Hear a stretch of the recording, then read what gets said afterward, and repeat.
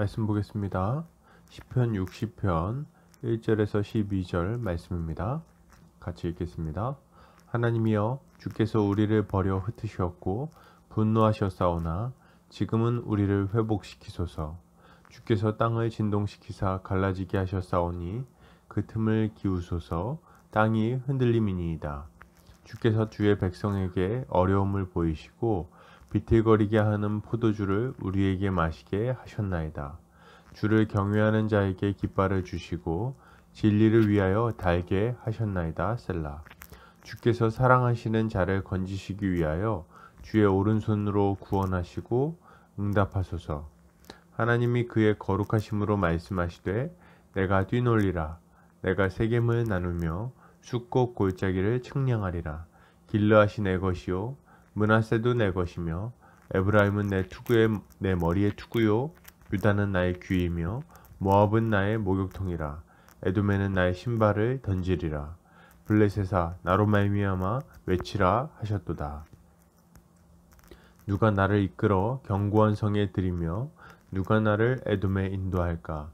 하나님이여, 주께서 우리를 버리지 아니하셨나이까? 하나님이여, 주께서 우리 군대와 함께 나아가지 아니하시나이다. 우리를 도와 대적을 치게 하소서. 사람의 구원은 헛됨이니이다. 우리가 하나님을 의지하고 용감하게 행하리니 그는 우리의 대적을 밟으실 이심이로다. 아멘. 시편 60편 1절에서 12절까지 땅이 흔들리는 전쟁터에서 라는 제목으로 말씀 보겠습니다. 신자의 삶은 매일의 영적 전투라고 할 수 있습니다. 때로는 이기고 때로는 지죠. 때로는 승리의 기쁨을 누리고 때로는 패배의 고통을 맛보기도 합니다. 그렇다면 신자는 패배하여 넘어졌을 때 무엇을 기억해야 될까요? 오늘 본문을 통해서 함께 살펴보도록 하겠습니다. 오늘 시편 기자는 이렇게 말합니다. 하나님이여, 주께서 우리를 버려 흩으셨고 분노하셨사오나 지금은 우리를 회복시키소서. 주께서 땅을 진동시키사 갈라지게 하셨사오니 그 틈을 기우소서. 땅이 흔들림이니이다. 시편 기자는 하나님께서 자신들을 치셨지만 다시 회복시켜 주시기를 구하고 있습니다. 그들의 형편은 좋지 않습니다.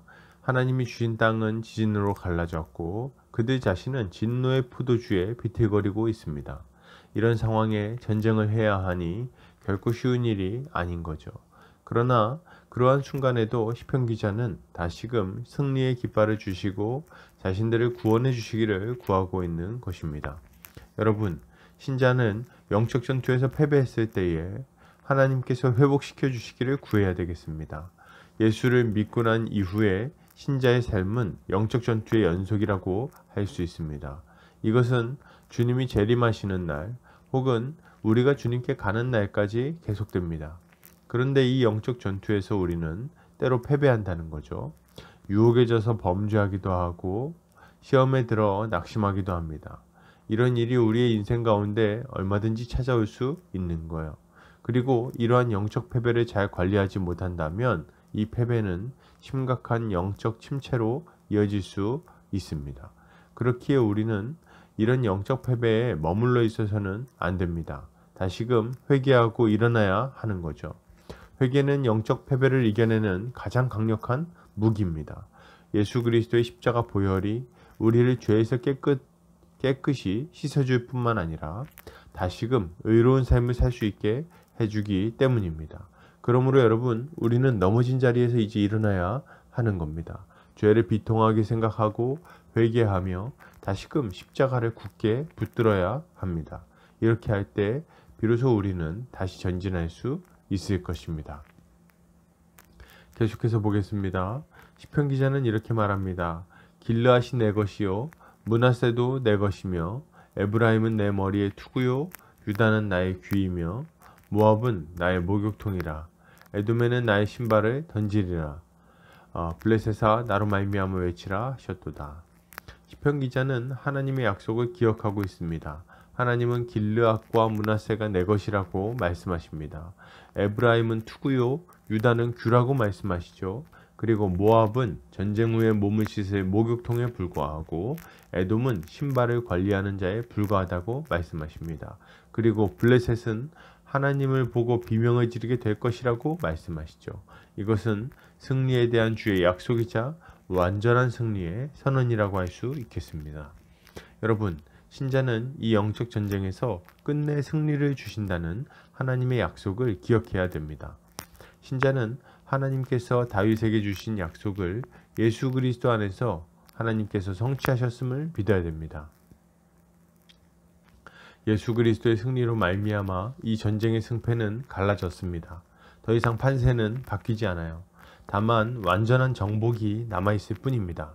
우리 주님은 십자가 위에서 뱀의 머리를 부수셨고 그 백성에게 완전한 승리를 주셨습니다. 그러나 아직 완성되지는 않았죠. 이 전쟁은 주의 재림 때에 비로소 완전히 끝나게 될 것입니다. 그러나 우리가 믿어야 할 것은 예수 그리스도 안에서 우리가 이미 승리한 자들이 되었다는 것입니다. 우리의 소소한 승리와 패배는 전쟁의 판도에 아무런 영향을 미치지 못합니다. 이것은 우리의 넘어짐과 실패가 우리의 구원에 더 이상 영향을 미치지 못한다는 말과 같습니다. 우리가 예수를 믿는 순간 우리는 예수의 승리에 동참하여 영원한 복에 들어가게 되었습니다. 우리의 영적 전투는 싸워서 구원을 쟁취하는 것이 아닙니다. 이미 얻은 구원을 힘입어 하나님의 백성으로서 싸우는 거죠. 이것이 중요합니다. 우리는 이미 승리한 자들이에요. 그리고 장차 완전한 승리에 들어가게 될 것입니다. 그러므로 우리는 담대하게 오늘의 영적 전투에 임할 수 있는 거죠. 혹 우리 중에 전투의 패배로 낙심한 분이 계십니까? 주님이 우리를 일으켜서 영원한 승리를 이끌어 주실 겁니다. 우린 이것을 믿고 다시 일어나야 할 것입니다. 계속해서 보겠습니다. 시편 기자는 이렇게 말합니다. 우리를 도와 대적을 치게 하소서. 사람의 구원은 헛됨이니이다. 우리가 하나님을 의지하고 용감하게 행하리니 그는 우리의 대적을 밟으실 이심이로다. 시편 기자는 하나님의 도우심을 구합니다. 그는 하나님께서 자신들을 버리셨다고 느끼죠. 하나님이 이스라엘 군대와 함께 나아가지 않으신다고 느끼고 있는 것입니다.